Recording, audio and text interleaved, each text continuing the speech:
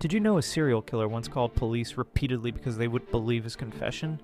Edmund Kemper stood 6 feet 9 inches tall. They called him the co-ed killer. At 15, he murdered his grandparents, just to see what it felt like. Doctors warned he was dangerous, but at 21, they released him anyway.